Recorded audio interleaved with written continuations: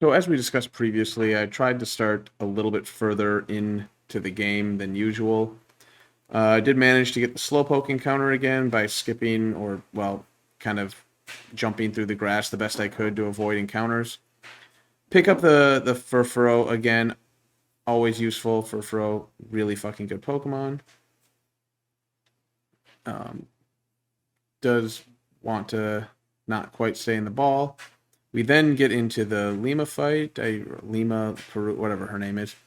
We use a combination of Brutista here plus Furfuro to, well, oh, apparently I cut that fight out. Whoops, that's my bad. It's supposed to be a Furfuro in there doing most of the work. That's my bad.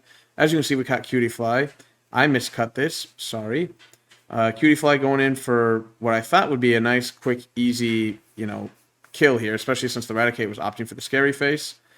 But unfortunately, as you'll see, we take the flinch and we just can't do it. So swap out to Padoodle. Let's Padoodle clear out the trial. Cutie Fly learns Silverwind. We go get ourselves a Rattata. And we watch Kukui teach us how Z moves work.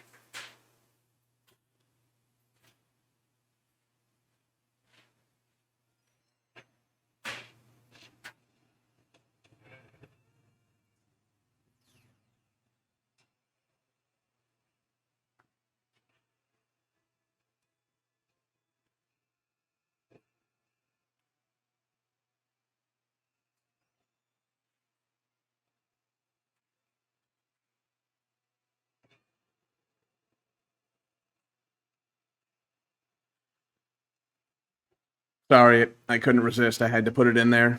I needed it to be somewhere. Anyways, didn't get the Spearow that time. We got Volby. Got the green thing again. And then we go for the Delibird catch. Eventually, the catch. The Delibird catch. Delibird. Oh, and it struggles itself to death. Before accidentally going into the whatever the hell this thing is called. A slight misclick in the menu means that we have to go through all of this all over again. Why I'm keeping all this in here? Well, actually, it's quite simple. You see, I had to suffer through it, so I'm going to make you suffer through it. Except for the fact that you have the ability to skip it via the scrub bar on YouTube, but that's not the point. I had to suffer through it, so I'm going to leave it in here for anyone who doesn't scrub through it. You'll also have to suffer through it with me. Or at least when I did back then. But we finally get through the goddamn Festival Plaza that, for whatever reason, exists in this stupid game. Before we return the Puffball to, what's her name here, have a quick Howl fight, very quick, very easy, very clean fight. And then we agree to fight this guy. We have a 2 Slowpoke Sleep Off, catch a Zubat in Sandy Cave. We catch a Ghastly on the Cemetery, that's what it's called. Get the Hollow fight. Slowpoke takes up with Chop. Slowpoke barely living on the Pursuit Crab Brawler. A little bit of a risk there, but we got through it. Cutie Fly then proceeds to just go through his team, no problem. Probably should have just led with that. Take the thief, whatchamacallit off Snorlax, catch a knockoff Geodude. Brutista goes through the Ice Challenge here, and also evolves into that thing, whatever it's called. Pick up a Grubbin on route whatever we're on, and we get to the Howl fight. I love the Howl fight. This is really important here. You see, we go through cleanly on the Dartrix, and then I send out, and I had to slow it down as you can see, I send out Rock and Rolla, because, as we all know, it's knockoff Geodude, which means that it's going to be just fine against a Pikachu. After all, just like Geodude, Rock and Rolla is a ground type, right? Oh, wait. No, it's not. It's not strictly knockoff Geodude. That's my bad. So Furfuro has to come in and clean up my mess. Yeah, that's a whoopsies on my part. But hey, Furfuro being Furfuro, we get a couple of paralyzed procs, which is not helping us, especially with Eevee constantly dropping our attack. So a quick switch into the bird thing. Let's just take out that, catch a Mareep on route whatever it is, and we decide to name it Chemo Sheepo. I can do whatever I want, trust me. Alright, so another time to go and hatch Eevee at the Pikachu Valley. God, why does hatching take so long? We then have our chemotherapy start to take effect. Catch a Caterpie on the route with the blonde emo kid. Forgot his name again. What is it? Question mark, question mark. Yes, of course. Question mark, question mark. That's exactly his name. So we fight question mark, question mark, question mark. Bautista here actually just goes through most of his team, if not all of it, I believe. Double kicking the one thing, Fire Fang the Zubat, a couple double kicks here. Oh, wait, no, this is where I get a little nervous. That's right. I remember this. We switch out because I'm a little nervous. Bautista can't take a crit, and so we just have Padoodle do Padoodle things. Only in this case, Padoodle is named the dog because it is 100% the dog. Not this, whatever this type null pretend dog thing is. Then we get to the water trial, and this actually, I left the whole fight in here because, holy shit, I fucked up hard, and it was necessary to show you. So first we whiff the Stun Spore, not a huge deal, it was kind of just there to make sure we pulled in the Dewpider, but whiffing does kind of suck. So we decide the best case scenario is, or at least I decide the best case scenario, is to bring in Butterfree here with the special attack Gust. Hopefully that can do some significant damage. We do have the bird, the buzzard thing, the dark flying type, on standby just in case. But I just like, hey, Butterfree's got the better stats right now. It's quick and easy. Well, as it turns out, Butterfree not so much got this.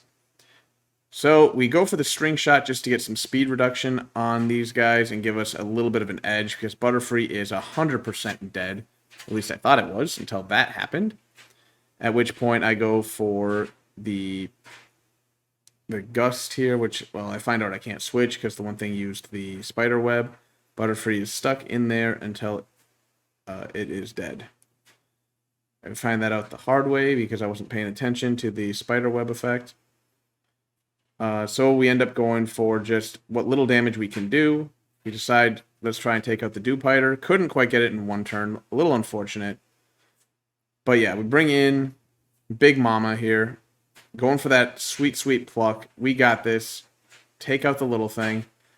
Reduce the damage that's going to be incoming. And then we realize, like right there, that, yeah, even Big Mama is not going to be able to do this.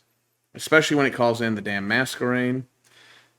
Yeah, I fucked this up. I did not do well in this fight. Again, why I left the whole thing in here to just show how much of a disappointment this turned into to try and get through.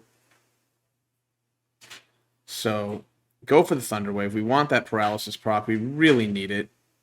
Really need those procs. Don't get it. Takes the bubble to the face. Our next bet, bring in the dog. Always bring in Padoodle. Padoodle is kind of our last-ditch effort here. And ultimately, as you'll see, Padoodle does just fine going through this stuff. The Masquerain is not a threat at all to Padoodle, so I make the decision to just take out the Araquanid as fast as possible because it, as you can just see there, does pretty significant damage even to my poor dog. But once we finally get the Araquanid down, it becomes so much easier. I mean, the Masquerain, like I said, not a threat at all. But yeah, very, very messy, very poor fight. I left it in there because I thought it was important to show you just how bad I screwed up. Back on route, whatever this is, we catch the Dewpider. Now that we're allowed to catch stuff here, we then have to say goodbye to our two deaths, Big Mama and Too Little Too Late. I believe that's what I called the Butterfree in this playthrough. Yes, Too Little Too Late. Also had to say goodbye, and we switch our team back up to get a new set of 6, including but not limited to the Magikarp, who then takes out that poison type thing that they have. Catch a Lillipup on route whatever, catch our guaranteed Diglett on the beach there. We also managed to get a Magby, thank Christ. Magby's huge. As you've seen in the last playthrough, Magby is very important. We then spend a whole bunch of rare candies getting everyone caught up and ready for the fire trial. We get Golbat here. We get Crobat as well. Well, I mean, off of, I don't know how, I'm just saying that wrong. I'm done. Nope, not editing this part. I screwed that up. We're leaving it in. So yeah, we get Crobat. And we also managed to get the Araquanid ourselves by leveling up our Holy Diver. And then again, as you can see, the 1000 speed, making it a little difficult to grab a hold of the move I actually want to get rid of. But hey, Holy Diver. Going to make a huge difference in the upcoming Marowak fight, or at least I'm convinced it will. And then it's just a matter of getting everyone else to level 22. Minus the Crobat, as you can see, at level 23. Like I said, we're not using true level caps, which is the only reason I'm allowing Crobat, is because I wanted to. Screw you, I can do what I want when I'm not using level caps. I also ran back quick and caught Larvitar because I realized, hey, why not? And here we are.